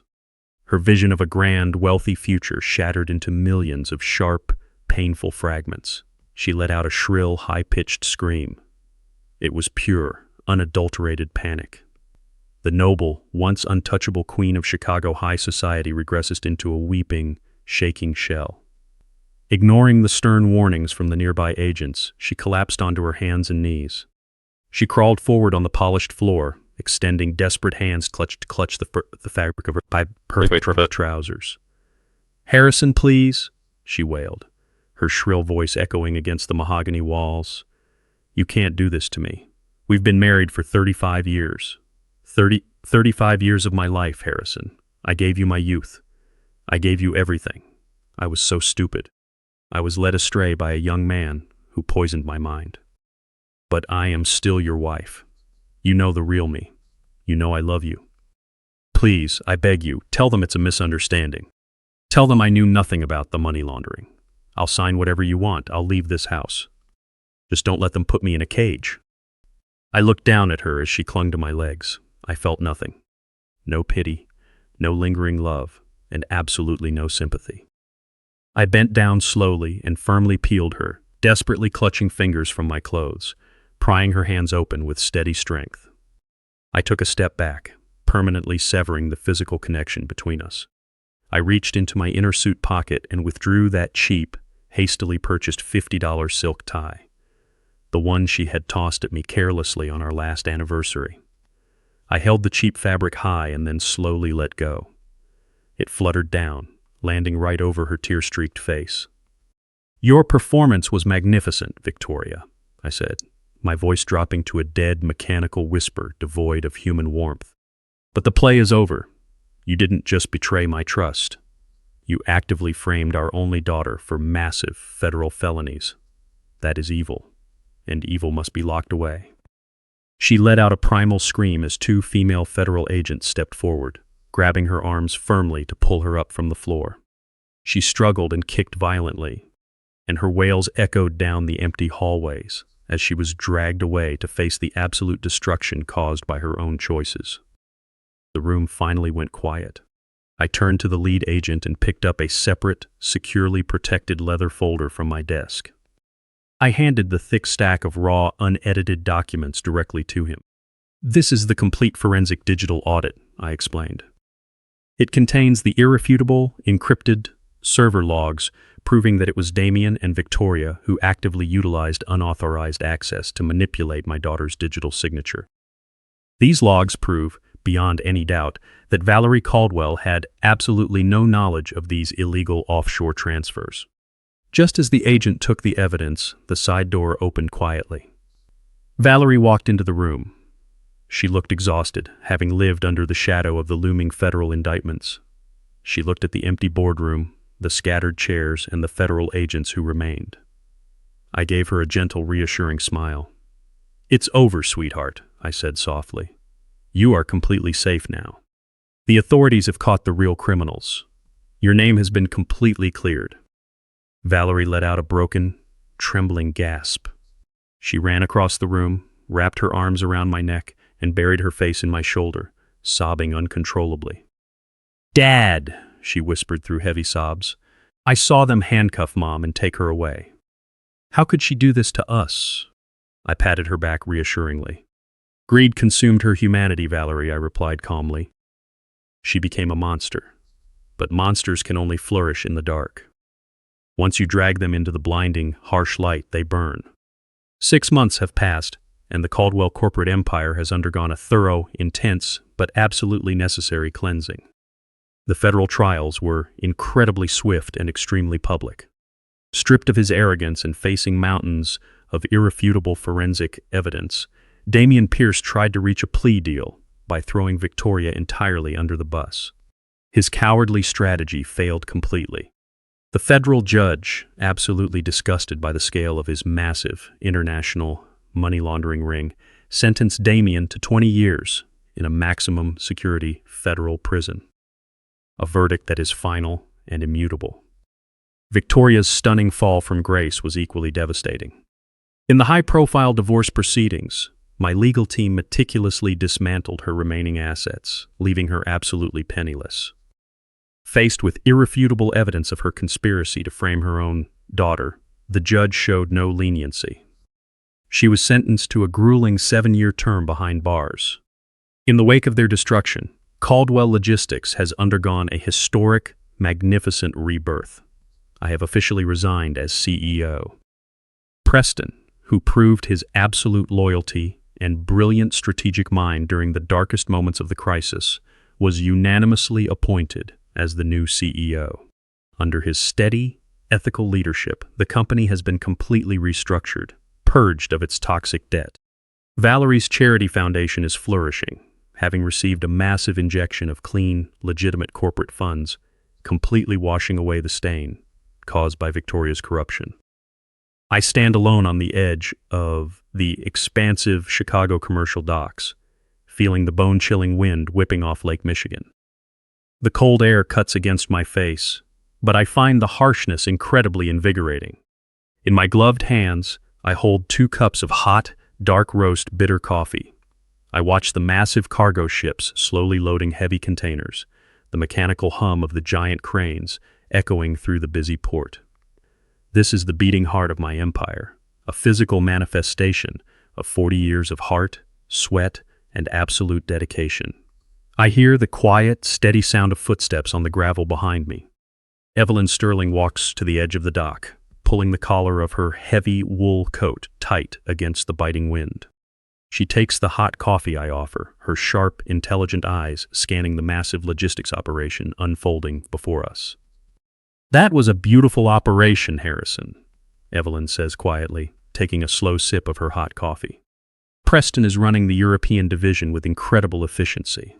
The shadow network has been completely dismantled. The company is stronger than it has been in a decade. You played an incredibly dangerous game, but you won the entire board. I look out over the dark, churning water, watching a massive cargo ship slowly pull away from the dock, heading toward the vast open distance.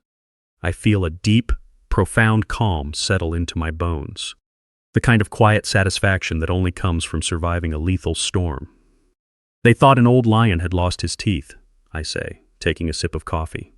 But they forgot. An old lion only survives because he knows exactly how to make the hyenas walk into the slaughterhouse themselves. Betrayal from those closest to you is the most intoxicating poison, because it always wears the disguise of love and care. The greatest defense a man can possess isn't perpetual paranoia, but an absolutely clear mind capable of recognizing the truth when a lie is being told.